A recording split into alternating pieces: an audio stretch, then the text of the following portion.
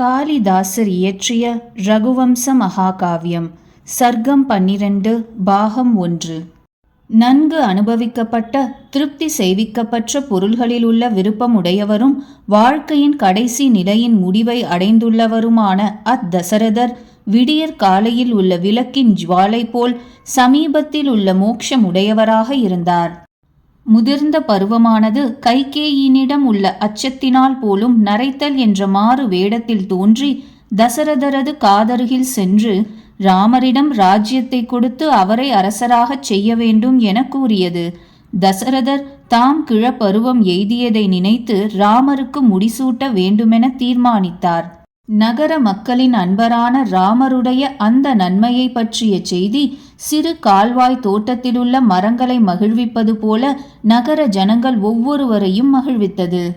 கொடிய தீர்மானம் கொண்ட கைகேயி ராமருக்காக தயார் செய்யப்பட்டுள்ள அபிஷேக பொருட்களை துக்கத்தினால் உஷ்ணமாயுள்ள அரசரது கண்ணீர்களால் கெடுத்தாள். அதிக கோபம் உடையவளான அவள் கணவரால் தேறுதல் கூறப்பட்டவளாக இருந்து கொண்டு அவரால் முன்பு வாக்குறுதி செய்யப்பட்டுள்ள 2 வரங்களை இந்திரனால் மழையின் மூலம் நனைக்கப்பட்டுள்ள பூமி புற்றிலுள்ள 2 பாம்புகளை வெளிவிடுவது போல வெளியிட்டாள். தசரதர் தந்த வரங்கள்: தண்டகாரண்யத்தில் வைஜயந்தம் என்ற நகரத்தில் திமித்வஜன் என்னும் மறுபெயருடன் மாயைகளில் வல்லவனான சம்பரன் என்ற அசுரன் தேவர்களை வென்று ஸ்வர்க்கத்தை அபகரிக்க முயன்றபொழுது தசரதர் தேவேந்திரனுக்கு உதவியாக சம்பரனுடன் போர் செய்த காலத்தில் அவ்வசுரனால் தாக்கப்பட்டு கீழே விழுந்தார். உடன் சென்றிருந்த கைகேயி தசரதரை யுத்த களத்தினின்றும் எடுத்துச் சென்று காப்பாற்றினாள். அவ்வாறு செய்த உதவியை நினைத்து தசரதர் அவளுக்கு 2 வரங்கள் அளிப்பதாக கூறவும் கைகேயி தனக்கு தேவையான பொழுது அவைகளை வாங்கிக் கொள்வதாக கூறினாள். கடையாணி கழன்ற பொழுது அச்சின் தொலையிலே தன் கையை இட்டு சக்கரம் கழன்று போகாதபடி மிக தைரியத்துடன் கைகேயி தசரதருக்கு உதவி செய்தாள் என அத்தியாத்ம ராமாயணம் கூறும். ராமர் காடு செல்லும்படி ஒரு வரத்தை வேண்டினாள். வேற்றொன்றினால் தன் மகன் அரசு பெற வேண்டினாள். உண்மையில் அவ்வரத்தின் பயன் அவள் விதவை நிலை அடைந்தது தவிர்த்து பிரிதொன்றும் இல்லை. தசரதர் ராஜ்யத்தை கொடுத்த பொழுது ராமர் அதை விருப்பமின்றியே ஏற்றுக்கொண்டார். ஏனெனில் ராஜ்யத்தை தம்மிடம் ஒப்படைத்த பின் குல முறைப்படி தசரதர் காடு செல்வாரே என்று எண்ணி வருந்தினார். காடு செல் என்று கூறப்பட்டவுடன் தசரதரை சத்திய சந்தராகச் செய்கின்றோமே என்ற எண்ணத்தினால் மனம் மகிழ்ந்தார் ராமர். தன்னுடைய மேன்மையை காட்டிலும் தந்தையின் சிறப்பை மேலானதாக கருதி உவந்தார். ராஜ்யத்தை ஏற்பதற்கு முன் பட்டாடைகளை அணிந்த பொழுதும் வனத்திற்கு செல்வதற்காக மர உரி உடுத்த பொழுதும் ராமர் விருப்போ வெறுப்போ இன்றி ஒரே நிலையில் இருந்தார். அத்தகைய நிலையை அவரது முகம் எடுத்து காட்டியது. ஆனால் அதை கண்டு ஜனங்கள் வியப்புற்றனர். ராமர் தந்தையை உண்மையினின்றும் வழுவாதவராக செய்து கொண்டு சீதையுடனும் லக்ஷ்மணனுடனும் தண்டகாரண்யத்துக்குள் புகுந்தார். நல்லோர்களின் மனத்துள்ளும் தனித்தனியே இடம் பெற்றார்.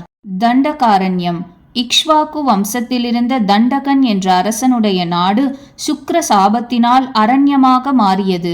முனிவர்கள் தவம் செய்வதற்கு ஏற்ற இடமாக இருந்தது. இது விந்திய மலைக்கும் கோதாவரி நதிக்கும் இடையிலுள்ள வனப்பிரதேசம் எனவும் மகாராஷ்டிரத்தின் பெரும் பகுதி எனவும் கூறுகின்றனர். இவ்வனத்தின் ஒரு பகுதிக்கு ஜனஸ்தானம் என்று பெயர். ராமரது பிரிவினால் தசரதர் வருந்தினார். முனிகுமாரனை கொன்றதனால் தமக்குண்டான சாபத்தை நினைந்தார். குற்றமற்ற மூத்த மகனை வீட்டினின்றும் துரத்தியது, முனிமகனை கொன்றது என்ற 2 பாவங்களுக்கும் ஏற்ற பிராயச்சித்தம் தாம் உயிரை துரத்தலே என எண்ணினார். கோசல ராஜ்ய மன்னர் தசரதர் ராமரை நினைத்து கொண்டே இருந்தார். ராஜகுமாரர்கள் யாரும் தலைநகரில் இல்லை. அதனால் ராஜ்யத்திற்கு இத்தகைய பலகீன நிலையை எதிர்பார்த்திருந்த எதிரிகளுக்கு கோசல ராஜ்யத்தை கைப்பற்றுவதிலே ஆசை பிறந்தது. பின் மந்திரிகள் குலமுறையாக வந்துள்ள மந்திரிகளை அனுப்பி மாமன் யுதாஜித்தினுடைய வீட்டில் வசிக்கின்ற பரதனை அழைத்து வரச் செய்தனர்.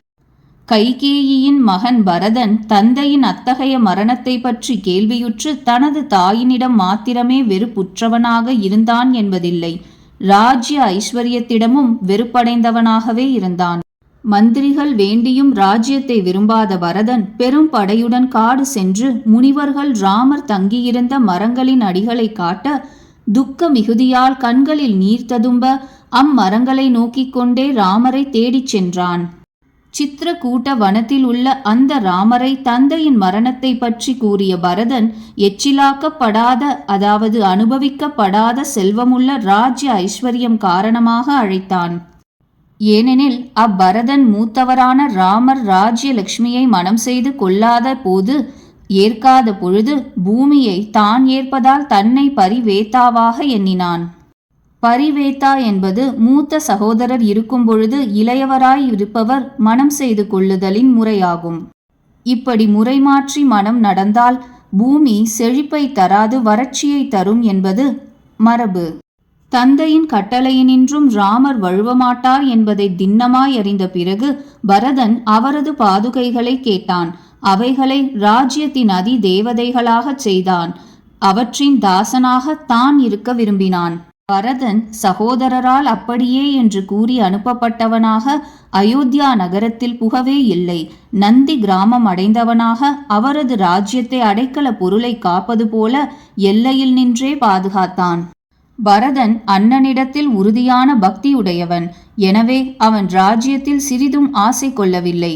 முனிவர்களின் வாழ்க்கையை வலுவில் ஏற்றுக்கொண்டு பரதன் தன் தாய் செய்த பாவத்திற்கு இவ்வகையில் பிராயச்சித்தம் செய்தவன் போல் இருந்தான்.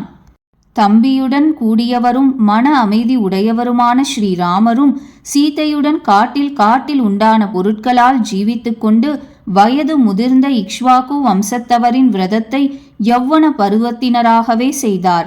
அதாவது வானப்பிரஸ்தத்தை இளமையிலேயே மேற்கொண்டது போல் காணப்பட்டார்.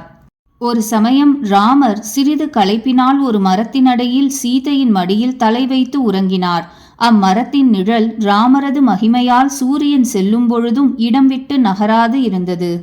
அவ்வாறு ராமர் படுத்துறங்கும் பொழுது இந்திரன் மகன் காகத்தின் வடிவில் தோன்றி நகங்களால் சீதையின் மார்பில் கீறினான். சீதையினால் எழுப்பப்பட்ட ராமர் அக்காகத்தினிடம் தர்ப அஸ்திரத்தை பிரயோகித்தார்.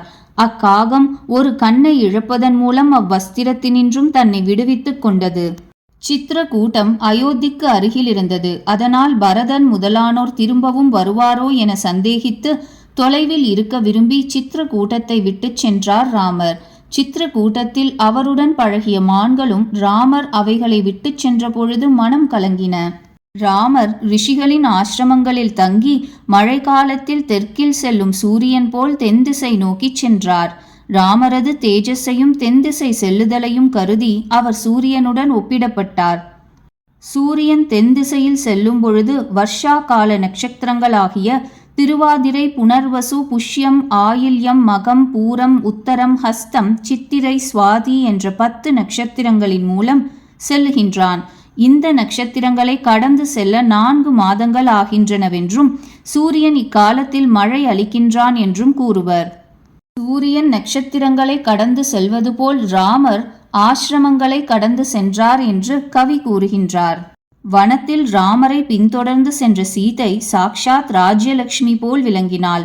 ராஜ்யலட்சுமி ராமரை அடைதல் கூடாதென கைகேயி தடுத்துள்ளாள். ஆயினும் ராமரிடம் உள்ள குணங்களிலே ஆசை வைத்து ராஜ்யலட்சுமி தானே ராமருடன் வந்தாள் போலும் சீதை தோன்றினாள். அத்திரி முனிவரின் மனைவி அனுசூயை சீதையினது நற்குணங்களைக் கண்டு மகிழ்ந்து மாலை, ஆபரணம், வஸ்திரம், சந்தனம் இவற்றை கொடுத்தாள். சந்தனம் இனிய மனமுடையது. ஒரு தடவை உபயோகித்தாலும் தேகத்திற்கு நிரந்தரமான காந்தியையும் வாசனையும் தரக்கூடியது. சீதை அனசூயையின் அன்பளிப்பை ஏற்று சந்தனத்தை பூசிக்கொண்டாள். காட்டிலுள்ள அவ்வளவு புஷ்பங்களின் வாசனையை காட்டிலும் சந்தனத்தின் மனம் மேலானதாக இருந்ததால் மலர்களிலிருந்த வண்டுகள் தாங்கள் அமர்ந்திருந்த புஷ்பங்களை விட்டு சந்தனத்தின் வாசனையை நுகர சீதையிடம் வந்தன. சாயங்கால மேகம் போல் கருஞ்சிவப்பு, அதாவது செம்பட்டை நிறமுடைய விராதன் என்ற ராட்சசன் ராகு கிரகம் சந்திரனுடைய வழியை மறித்து நிற்பது போல் ராமருடைய வழியை மறைத்து கொண்டு நின்றான். சேனையும் பெரிய ஆயுதங்களும் பெறாத ராமர் இந்த ராட்சசனை எப்படி வென்றார், எவ்வாறு சீதையை காப்பாற்றி மேற்கொண்டு வனத்தில் சென்றார் என்பதை அடுத்த பதிவில் காண்போம்.